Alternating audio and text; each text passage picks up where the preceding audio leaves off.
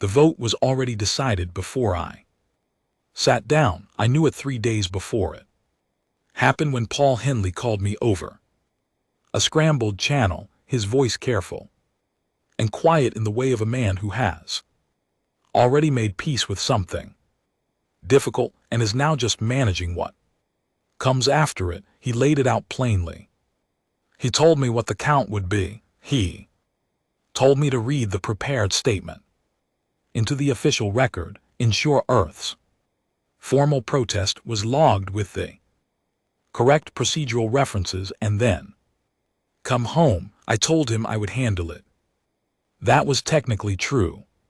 The Galactic Council chamber sits at the center of Relay Station K, a structure so enormous that when they gave me the architectural tour 6 years ago, I nodded politely and retained none of the numbers, because numbers that large stop meaning anything. After a certain point, the ceiling curves upward into a manufactured haze that the lighting system uses to create the impression of an open sky, because the council's designers apparently decided every attending species should feel simultaneously comforted and watched. The floor is polished to a mirror finish. The seats rise in tiered rings, 47 delegations, each section calibrated for the atmospheric and gravitational needs of whoever was sitting there. Some tiers were behind sealed glass. One was filled entirely with a slow amber-cold liquid in which the Heaven delegation conducted all their affairs with unhurried grace. My chair was 3 and 2 tall. My feet did not touch the floor. 6 years of attending sessions in this chamber, I had mentioned the chair in writing exactly once and received a response from the Facilities Coordination Office informing me the matter had been forwarded to the relevant subcommittee. That was 4 years ago. Some things you simply learn to live with. Owen Dale sat to my left, my junior aide, 26 and genuinely sharp, knew enough that his face still expressed things without his permission.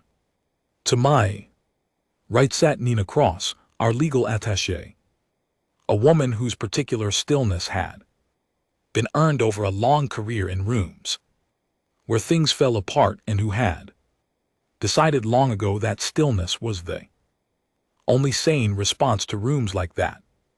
Counselor Breen of the Avathy Collective. Read the charges. The Avathy communicate in layered harmonics, and my translation implant converted it into a precise human voice that always sounded mildly disappointed in the state of everything. The charges took 11 minutes. I timed them. Destabilizing, unpredictable, incapable of sustained diplomatic restraint, disturbingly creative in the application of conflict resolution. And the last one, the one that sent a visible ripple through the back row of our delegation, repeatedly solving problems in ways that create significantly larger problems for all surrounding civilizations in the affected region. A sound moved through our back row, not a laugh, the exact shape of one swallowed. I kept my eyes forward. Ambassador VTH of the Corali hegemony rose from the central Ds. The Corali have never in any part of their recorded history been prey to anything, and it shows in every movement they make. Unhurried, gravitational, certain that the space ahead of them will arrange itself to accommodate their arrival. VTA had 6 arms held in the formal Corali arrangement that translates roughly to, you should be listening very carefully to what comes next. His voice needed no amplification. It moved through the chamber and through the walls and through my sternum, rich and deep and entirely certain of itself.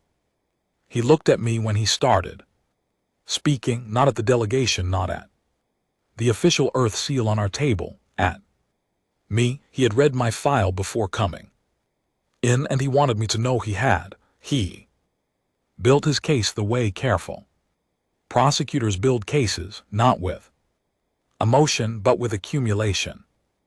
One established fact laid beside another, then another, until the conclusion felt not like a decision, but like gravity. He talked about the Council's patience about Earth's repeated failures to meet the basic expectations of civilized conduct, about the weight of 47 civilizations, choosing restraint again and again, while one small planet on the outer edge of mapped space seemed constitutionally unable to do the same. He said, civilized space is a living thing. Earth has been a wound in it long enough. He paused. The pause was as precise as everything else about him. You are cast out forever. The chamber went still, not quiet, still the specific stillness of 47 delegations, waiting for something to break. The prepared statement was in my lapel screen. Paul had written most of it. Our legal team had revised it 4 times. Over 3 days, it was correct and dignified and covered every point. If I read it now, Earth's formal objection would be part of the permanent galactic record, and whatever happened next, diplomatic historians would have a clean document to reference. I set the screen face down on the table. Owen stopped breathing. Nad did not move. I looked at Ambassador VTH. His 6 arms were still. His posture said, I am waiting for you to acknowledge what has just happened to you. I smiled. Not the one I used in rooms like this normally. I know that smile well. 6 years of wearing it. The one that says I respect the process. I understand the hierarchy. I'm not thinking anything that concerns you. That smile is a tool, and I had used it in so many rooms across 6 years that it felt less like an expression and more like a piece of clothing. This was my mother's smile, the one she wore in hospital corridors when an administrator was carefully explaining why something could not be done, and she had already spent her morning figuring out exactly how to do it without him. I said, yeah. Okay, 2 words. The silence shifted. It stopped waiting and started trying to process something it did not have a category for. I stood, picked up my screen without turning it over, pushed the too tall chair back from the table, gave Ambassador VTH one nod, the kind you give at the end of a meeting you have already moved past, and walked to the door. Owen caught up with me in the corridor, his footsteps twice the speed of mine. Myra, he said, ow, and you are supposed to read the statement. I know. Paul is watching on 14 different monitors. He knows my frequency. He is going to call you, then he will leave a message. The corridor curved ahead of us. The station hum thickened as we moved toward the docking section. Behind the sealed chamber doors, the session was already resuming. The vote would be counted.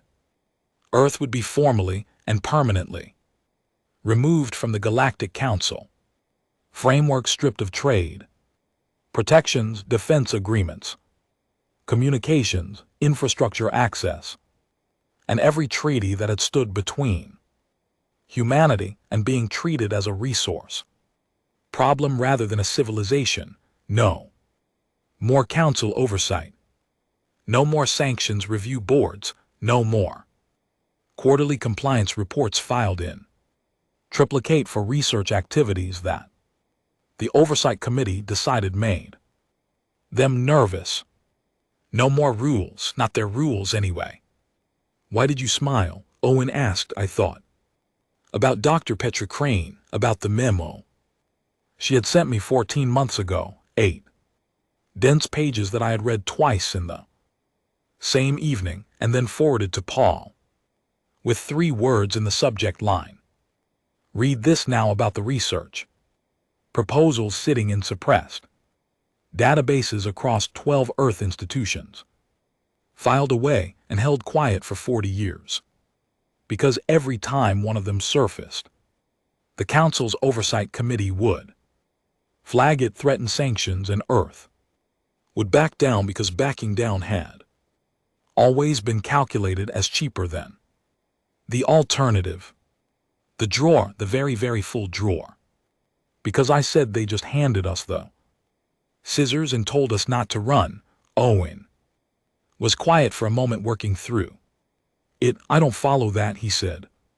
You will, I said. Give it about a year. We kept walking. The docking section opened ahead of us, wide and lit and already feeling like the beginning of something that did not yet have a name. 6 months after the expulsion, I was stationed on Luna Base 7 in a repurposed cargo bay that someone had optimistically labeled Conference Room D. The label was on a piece of white paper taped to the wall. The cargo bay still smelled like machine oil and pressurized seal compound, which I had come to find oddly comforting.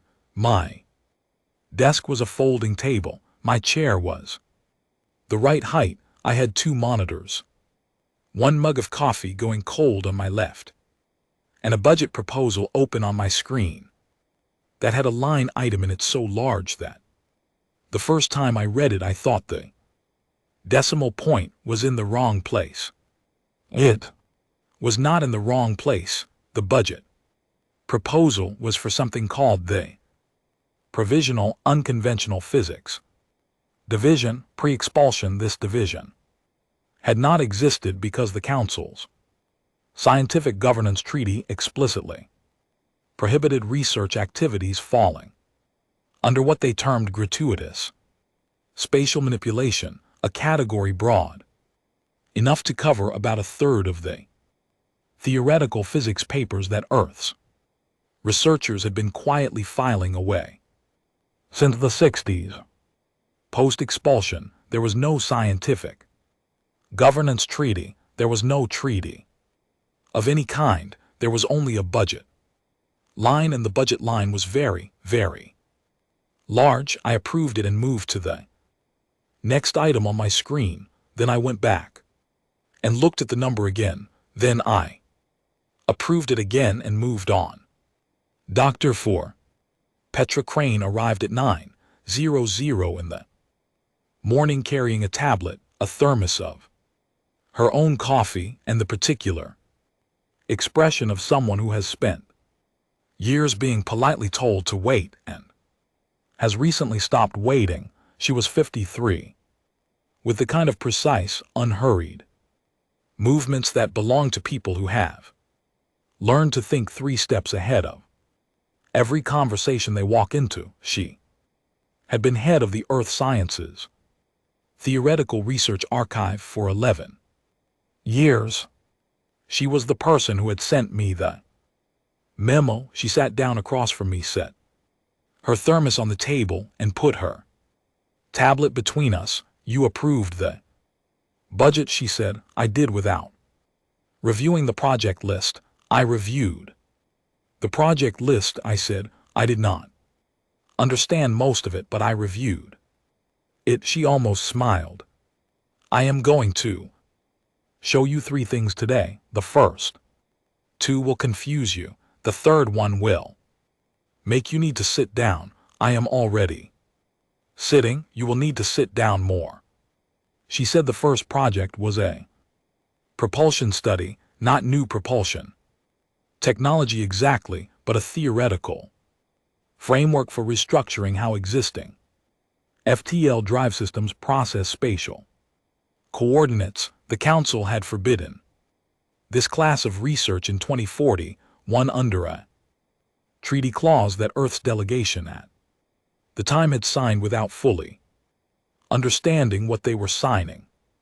The theoretical upside, Petra explained, with the calm tone of someone describing a moderate improvement to a filing system rather than a fundamental reorientation of interstellar travel was a speed increase of somewhere between 30 and 50%, and a fuel reduction of roughly 40%. The paper had been sitting in the archive drawer since 2063. How long would development take? I asked. We started 6 weeks ago, she said. We have a working simulation. We will have a physical prototype within 14 months. She moved to the second project. I did not understand the second project. It involved something called recursive field compression, which Petra explained twice at decreasing levels of technical complexity until she arrived at an analogy involving a folded piece of paper in a very long corridor, at which point I understood it well enough to grasp the implications. Implications were significant. I asked how long this one had been in the drawer. Since 2058, she said. I looked at her. She looked back. How many papers are in the drawer, Petra? She picked up her thermos. 412 classified theoretical documents across 19 research institutions. Approximately 200 of those are immediately actionable given current engineering capabilities. She paused. We have already begun on 61 of them in 6 weeks. We had the proposals written, she said. We were simply not allowed to act on them. She moved to the third project. She did not explain it the way she had explained the others. She just turned the tablet to face me and let me read. I read for about 3 minutes, then I stood up, walked to the cargo bay wall, put one hand on it, and stood there for a moment. Then I came back and sat down, which technically meant I had stood up and sat back down, which Petra had apparently predicted. This is not theoretical, I said. No, she said. It stopped being theoretical about 4 years ago. We have been waiting for clearance to run a full-scale test. What were you waiting for? She looked at me steadily. Someone to tell us we were allowed. I thought about 47 delegations in a tiered chamber. I thought about a 6-armed ambassador with a voice like a cathedral and a certainty that the thing he was doing was the right thing. Run the test, I said. She picked up her thermos and stood. We ran it this morning, she said. I came here to show you the results. She left the tablet. I sat alone in the cargo bay that smelled like machine oil, with cold coffee on my left and a tablet full of results that the most advanced scientific body in the Galactic Council had spent 40 years making sure no one on Earth was allowed to produce. 2 weeks later, a back channel query arrived from the Corali hegemony. The official language was diplomatic and indirect, the kind of careful phrasing that means the sender wants information but does not want to admit they want it. The query asked in general terms and with much formal courtesy whether Earth could provide any clarification regarding the increased communications traffic originating from human space, the nature of what appeared to be new construction projects at 6 sites across the solar system, and whether Earth intended at some future point to re-engage with the Council on the subject of its current activities. They had expected, I understood clearly, to check on us in 6 months and find a civilization quietly falling apart. No trade protections, no defense guarantees, isolated. Instead, they were getting construction noise. My supervisor, a man named Greg Ash, who had the thankless job of reviewing my official communications before they went out, sent me the query with a note asking me to draft a careful and diplomatically neutral response. I drafted the response. 4 sentences. The last one read, "Nothing currently underway in human space is a matter of concern for the Galactic Council, as the Council's authority over human activities was formally and permanently terminated at the expulsion session 6 months ago." I sent it before Greg could review it. He called me 40 seconds later. I let it go to voicemail. The response was sent. The drawer was open and in a cargo bay on Luna Base 7, Dr. Petra Crane and 400 scientists who had been waiting 20 years for someone to say go were already running tests numbered 62 through 71. We had not even started on the second shelf yet. 18 months after the expulsion, I had a new title. It was Liaison for External Consequences, which sounded, as I explained to my mother over a bad video call that kept cutting out, like a demotion invented by someone who had given up on titling things. My mother, who had been a trauma nurse for 31 years and had therefore heard every creative euphemism for a bad situation that the English language contains, said it sounded like I was the person they called when something happened that was everyone's problem. She was not wrong. My office was on the New Earth diplomatic station, which had been constructed at a location that was technically just outside the boundary of Council map space, which meant it was technically an open territory, which meant we had built it there deliberately, and everyone who mattered understood why. The office had a window. The window looked out at approximately 400 km of construction activity. It was, I had come to feel, the most accurate possible view from any office I had ever occupied. The Havari incident came in at 6:40 the morning. Havari trading convoy 12 vessels had been navigating a corridor route near the edge of human space that they had been using for the better part of 30 years. The corridor passed through a section of space that had historically contained a pirate staging station, which the Council had technically prohibited but practically tolerated, because addressing it would have required a unanimous vote that the 3 civilizations who occasionally found it useful would never agree to. The station had been there for decades. Everyone knew it was there.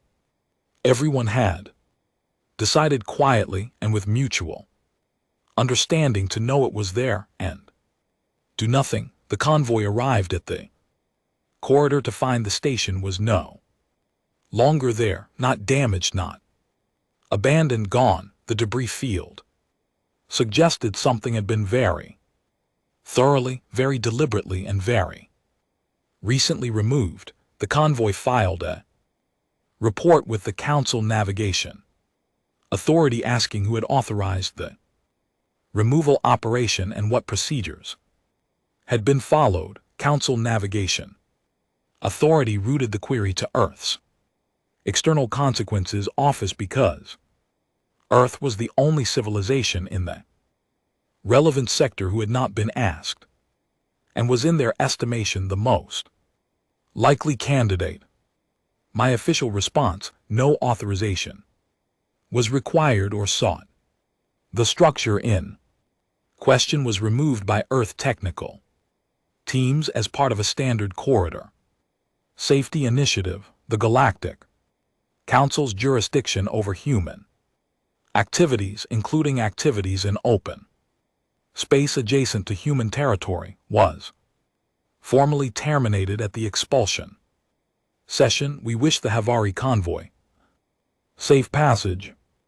3 separate council members filed formal notes of concern. I filed them in a folder I had created for formal notes of concern. The folder was already getting full. Ambassador VTH requested an off-record meeting 2 days later. The request came through an unofficial channel routed 3 times to obscure its origin, which meant someone on VTH staff had spent real effort making sure it could not be characterized as an official council communication. He wanted to meet quietly without it being a meeting. I agreed. We met in a neutral section of Transit Hub Vane, a commercial way station used by 16 different species for resupply stops. I got there early and found a sitting area with a working vending machine, which I noted with the quiet satisfaction of someone whose request for vending machine access had been ignored for 6 years. I bought something with too much sugar in it and ate half of it before VTH arrived. He arrived with 2 aides who waited outside the sitting area. While he came in alone, he sat across from me, his 6 arms settled into a posture I had not seen on him before, one that did not appear in any of the diplomatic reference guides I had been trained on. I filed it mentally and kept my expression relaxed.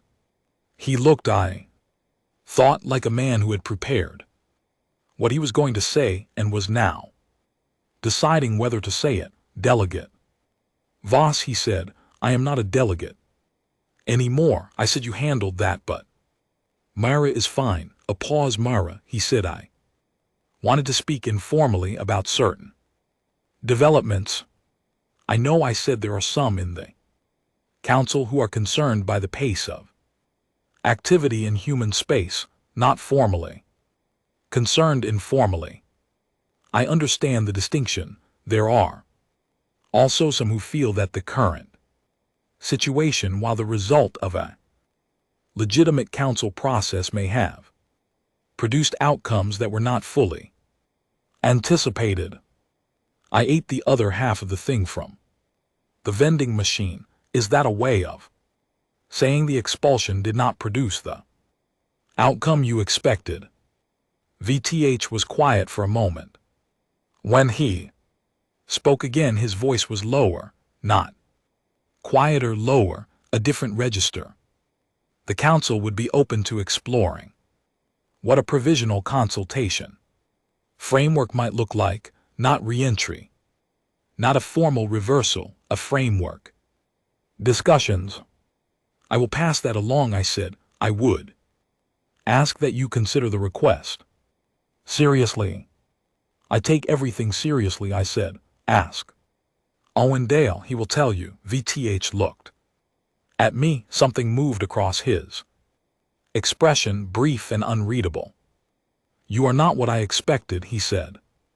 Ambassador, I said, that is the most honest thing anyone in the station has said to me in 18 months. After Bate left, I sat in the transit hub sitting area and thought about 3 things. Specifically, the 3 things that I knew were keeping the council's internal communications running at 3 times their normal volume based on intercept summaries that our signals team sent me every morning. The first thing, Earth's new FTL corridor network, built without council routing permissions, anchored at 6 points across human space and operating at a transit speed that was 41% faster than the standard council main corridors. We were not charging access fees. We had, in fact, extended an open invitation to any vessel wishing to use them. Usage had increased every week for 3 months. The second thing, 4 member civilizations of the Galactic Council had, through unofficial channels, made inquiries about Earth's trade terms, not 4 small civilizations, 4 mid-tier members with significant resource and manufacturing capacity. They had not submitted formal applications. They were asking questions, the kind of questions you ask before you submit a formal application. The third thing, Dr. Petra Crane's division had published a paper, 47 pages, published openly in every galactic scientific archive with access to the human communications network, which was now most of them, since our new FTL network carried data traffic as a secondary function. The Council's scientific review body had been attempting to replicate the paper's findings for 6 weeks. They had not yet succeeded. They had stopped publishing their replication attempts after the third failure. I thought about all three of these things. Then I thought about the vote 18 months ago and the count, 44. For expulsion, 3 against 3.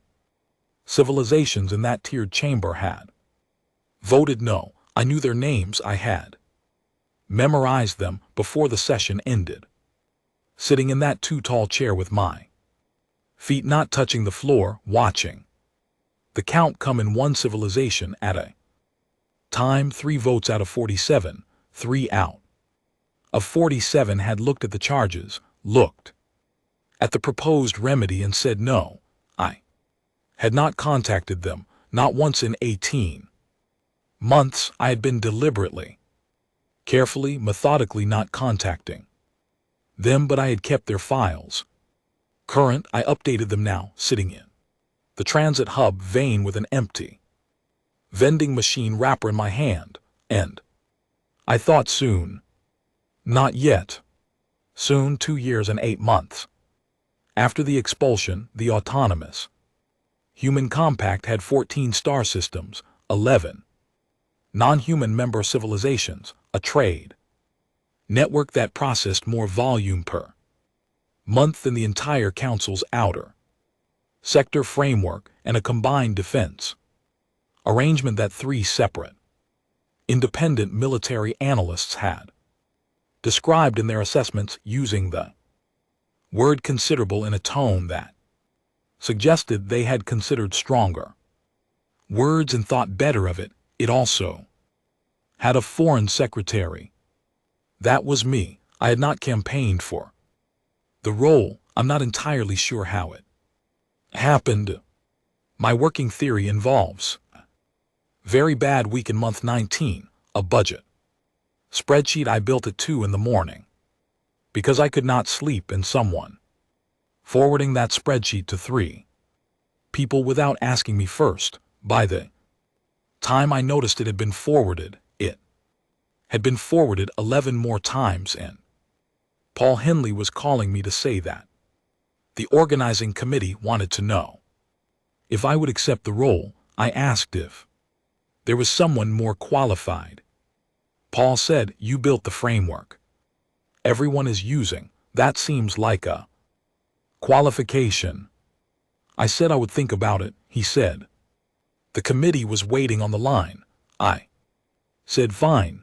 The Compact's first full multi-SES assembly was held on Earth diplomatic station in what had been 6 months prior a loading dock. We had put in a real floor. We had put in chairs calibrated for 12 different species.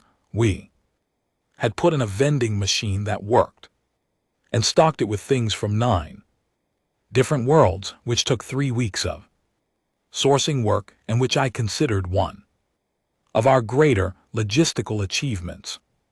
I was a bad public speaker, and I knew it. I had notes on my left wrist and backup notes on my right wrist, and when I walked to the front of the room, I knocked a glass of water off the edge of the podium with my elbow, and Owen caught it from 3 ft away without spilling a drop, which felt like an omen of some kind. I looked out at the room.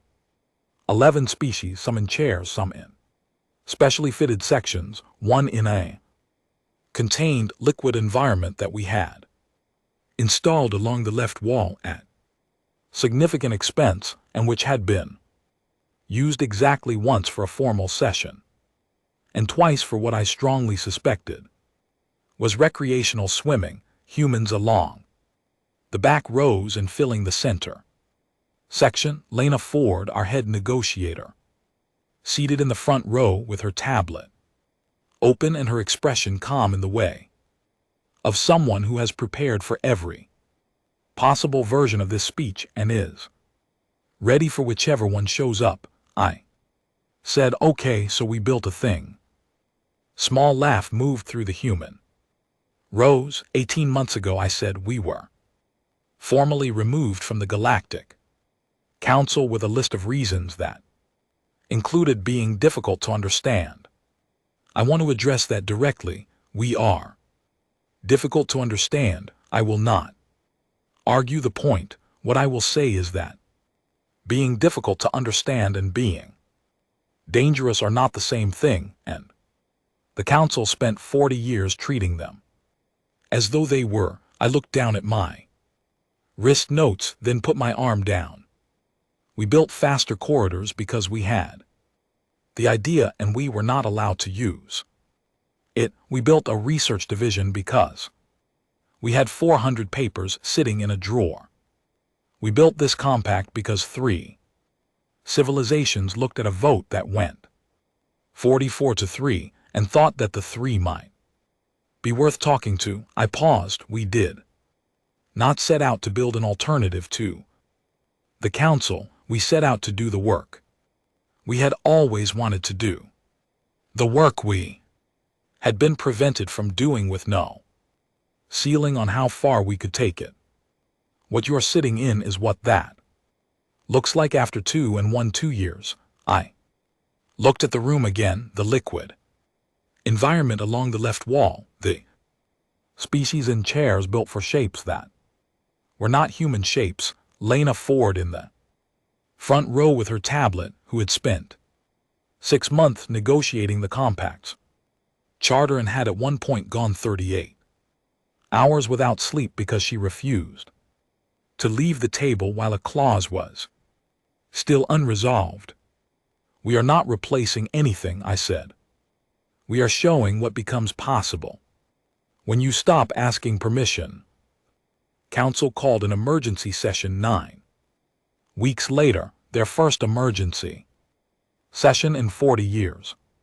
Owen sent me the notification with a message that read, "Does this count as the moment you said it would take about a year?" I replied, "It took 2 years and 8 months, so technically I was wrong." He replied, "You were within the margin." He was right, but I did not tell him that the session vote was on whether to open formal dialogue with the autonomous human compact. It passed 31 for 16 against. The 16 against were, to a civilization, the ones who had voted loudest for expulsion, the ones who had calculated based on every previous expulsion in Council history that cutting Earth off would produce stagnation and eventual collapse, and that within 5 years we would be back at their table asking for the terms of re-entry. They had not been wrong about the math. They had been wrong about what Earth would do when left outside. The official communique from the Council arrived 3 days after the session. It was long, formally structured, and used the phrase mutual benefit 4 times in the first 2 pages. It expressed the Council's sincere interest in establishing a productive framework for dialogue. It acknowledged the significant developments in human space with what I thought was admirable restraint. And on page 4, in a clause that had clearly been argued over at length before being left in, it described the expulsion as a rugible misunderstanding born of the pressures of a complex diplomatic moment. A rugible misunderstanding. I read it twice, then I took a photograph of that clause and sent it to my mother. She replied with a voice memo. That was 15 seconds of laughing, and then the call dropped. I played it 3 times. That night I was alone in my Office with the construction activity. Moving outside the window in the dark. Running lights tracing slow arcs across the distance, and I pulled up the archive. Footage from the expulsion session.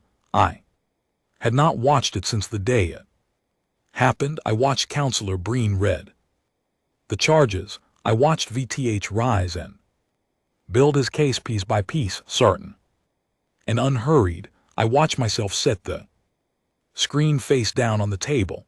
I watched the moment I smiled, and I watched Bates' face when I said, "Yeah, okay." In the room, I had not let myself look at it. I had been focused on staying steady on the walk to the door, on not giving them anything in my expression that they could use as evidence of distress. But on the recording, I could pause it. I could go back. I went back. I paused it on VTH's face. What was on it was not what I had expected. It was not surprise. It was not anger. It was not confusion at the brevity of my response. It was the expression of someone who has just recognized something they hoped they would not have to recognize. Recalibration, a very fast, very private adjustment in which a person realizes that the thing they were certain about is not the thing that is actually in the room with them. They had known. Some part of them had known even then, and they had voted anyway because they had bet that knowing would not be enough. I closed the file, filed it, moved on.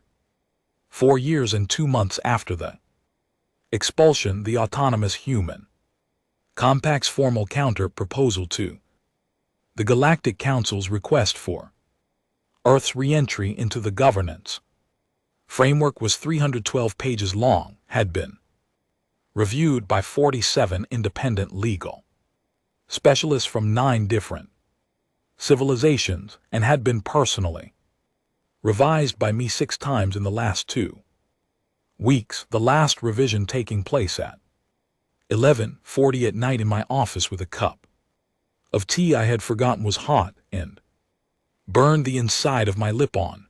The council had 48 hours to respond. Lena Ford had been running our negotiation team for 8 months.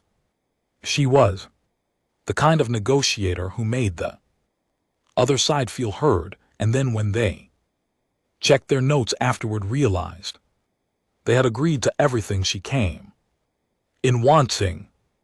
She had spent 3 sleepless days in the final revision sprint and had consumed enough coffee to qualify as a geological event, and she sat across from me the morning we submitted the proposal with the expression of someone who has put down something extremely heavy and is deciding whether to feel relief or just fall asleep. "It is a good document," she said. "It is a very good document." I said, "There is one line that the council is going to argue about." "I know," I said. The line was on page 219 in a section titled Conditions for Member Civilization Governance Participation. I had written it myself. I had written it at 2 in the morning during the 3rd revision, and unlike most things written at 2 in the morning, it had looked better in daylight, not worse. I had kept it through 5 more revisions, and it was still there. The line read, "No member civilization may be expelled, suspended, or sanctioned on the grounds of being difficult to understand, unpredictable in method, or non-standard in its approach to problem solving, where the civilization in question demonstrably produces outcomes that benefit the broader galactic community." That was it. 1 sentence, no elaboration, no footnote. It did not need one. Ambassador VTH arrived at the station 4 days later for the formal negotiation session. He came alone, without the full Corali diplomatic apparatus, which I had been told to expect and which I understood to mean. The council wanted this conversation to feel less like a negotiation and more like two parties finding their way to a reasonable arrangement. I respected the move. I had made similar ones. I met him in the conference room I had designed. The chairs were the right height. The ceiling was a reasonable height. There was a working vending machine in the corner stocked with items from every compact member civilization. He looked around the room when he entered, not with assessment, with something closer to attention taking it. You designed this room, he said. I had some opinions about chairs, I said. He looked at the vending machine. I said, have you ever had coffee? He looked at me. I am familiar with the concept. That is not the same thing, I said, and I got up and went to the machine and came back with 2 cups and put one in front of him. He looked at it. His 6 arms shifted slightly the way they did when he was deciding something. Then he picked it up and drank. I watched his face. He processed it in 3 phases that I will spend the rest of my life cataloging. The first phase was the temperature, which clearly surprised him. The second phase was the bitterness, which made 2 of his arms move in an involuntary gesture I had never seen before. The third phase was something else entirely, something that came in slowly, like a signal taking time to arrive, and settled across his expression as something between recognition and adjustment. He set the cup down. That is a significant experience, he said. Yes, I said, it is. Is it meant to be this bitter? You get used to it, I said. Then you stop being able to imagine mornings without it. He looked at the cup for a moment. Then he looked at me. Page 219, he said. Page 219. I said, the council will argue about the language. I know they will say it is too broad, that it creates conditions that cannot be objectively assessed. They are welcome to propose revised language. I said, our team will review it, but the principle stays. VTH was quiet. Outside the conference room window, construction lights tracked slow arcs across the dark. The compact's newest residential section was going up on the station's outer ring, designed to accommodate 3 different atmospheric preferences simultaneously, which our engineering team had solved in a way that Petra Crane had described as inelegant but completely correct, which was, I had come to understand, the highest compliment she gave. The council has not modified a foundational governance clause in 60 years, VTH said. I know, I said. The civilization that asks for one is usually in a considerably weaker position than the one that grants it. Ambassador, I said, look out that window and tell me which civilization in this room you think is in the weaker position. He looked out the window. He looked at it for a long time.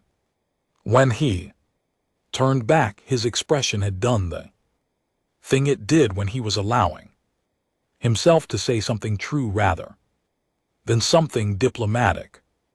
The council would like Earth to come back, he said. Not the Earth that left.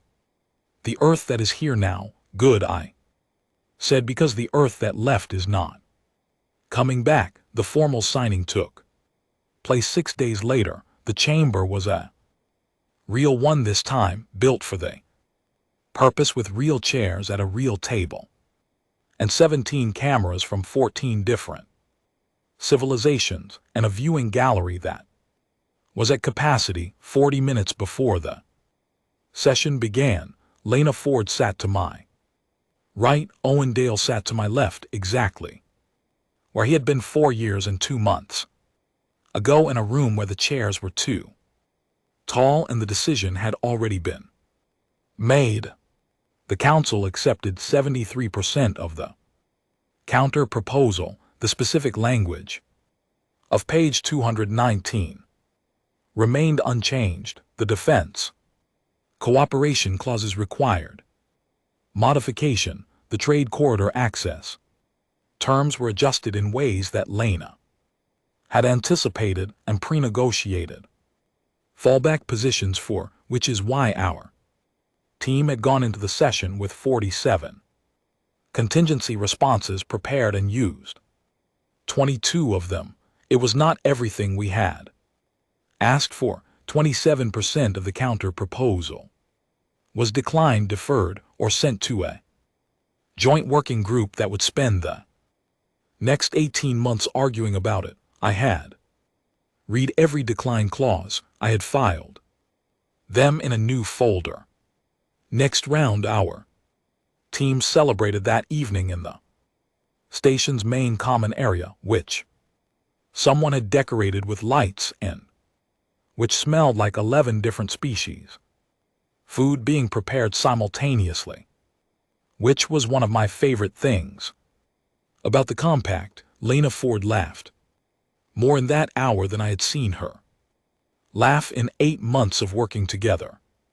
Greg Ash gave a speech that was longer than it needed to be and funnier than I expected it to be. Dr. Petra Crane arrived late, looked around the room, poured herself a drink, and stood in the corner looking at her own tablet for 20 minutes before anyone could convince her to put it away. I stayed for most of it.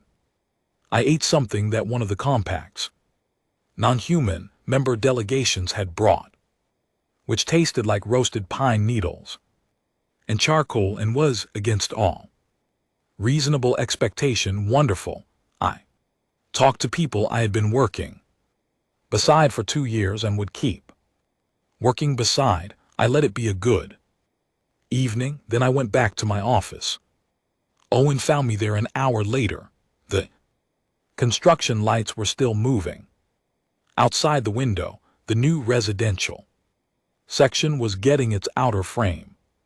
Slow and steady in the dark, enormous and patient. I had my tea, which this time I had remembered was hot and was letting cool to a reasonable temperature.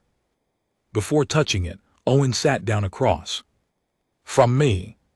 He was quiet for a moment, which was not his natural state, which meant he was deciding how to say something. Can I ask you something? He said. You are going to ask me something regardless.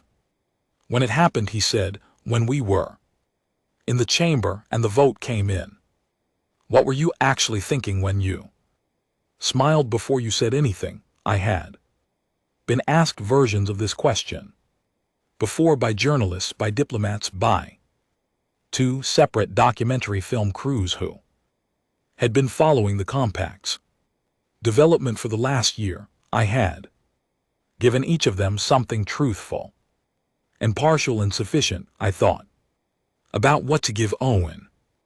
Owen, who had been in that chamber, who had been in the corridor after, trying to understand 2 words and a smile, who had been in every room since, taking notes and catching falling glasses and building the kind of institutional knowledge that keeps things running when the person whose name is on the door is somewhere else trying to hold something together.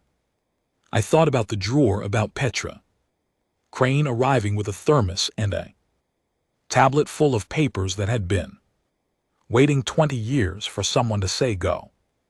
About the FTL corridors that we were not supposed to build and the research we were not supposed to run in the compact. We were not supposed to need. About 3 civilizations who voted no in a room of 47 and whose files I had quietly kept current for months before I was ready to make contact. About Bates' face when he drank coffee for the first time, processing it in 3 phases. About my mother's laugh in a voice memo that cut off at 15 seconds. About 47 delegations in tiered seats who had calculated based on every available precedent that the cost of expulsion would be borne entirely by the expelled. They had been correct about the math. They had not been correct about us. I thought I said about a drawer, Owen. Weighted, not literally, I said, a drawer full of things we were not allowed to use.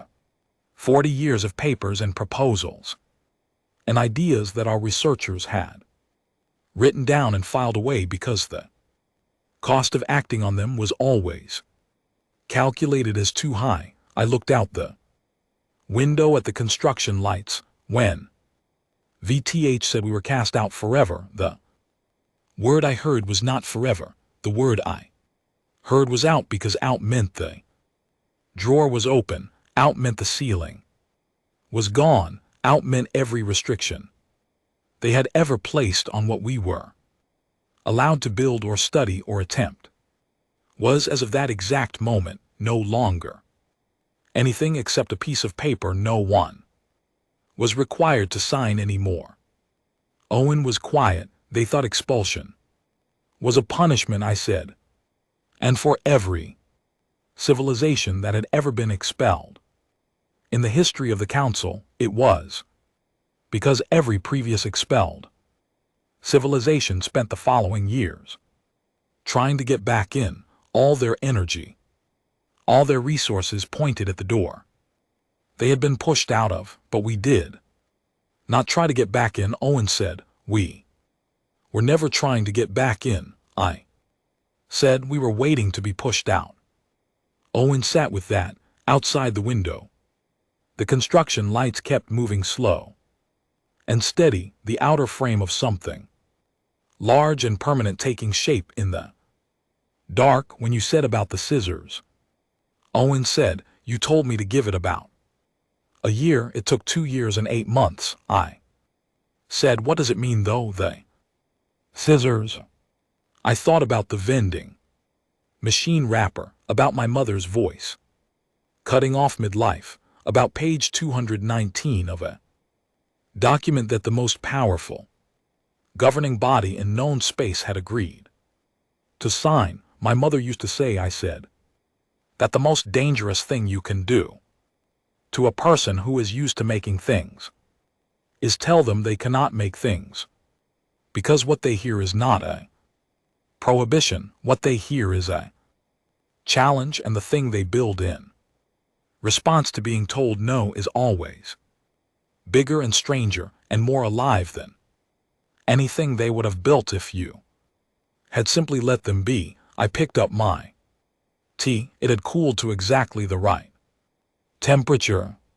They handed us the scissors, I said, because they wanted us to feel the loss of running, and instead we sat down and built something that could run on its own. Owen looked at me for a long moment, then he looked out the window at the construction lights. What is in the 27%? He said. I smiled. The same smile my mother smiled, the one that belonged in hospital corridors and 2 tall chairs in rooms where someone was explaining why something could not be done. The interesting part, I said. I picked up my folder of decline clauses. I set it on the desk. Between us, outside the window, the lights kept moving, patient and certain, building something the Council had not anticipated and could not now stop. Out in the dark, where the drawer had finally been opened and everything that had ever been told to wait was now quietly and completely running, we got to work.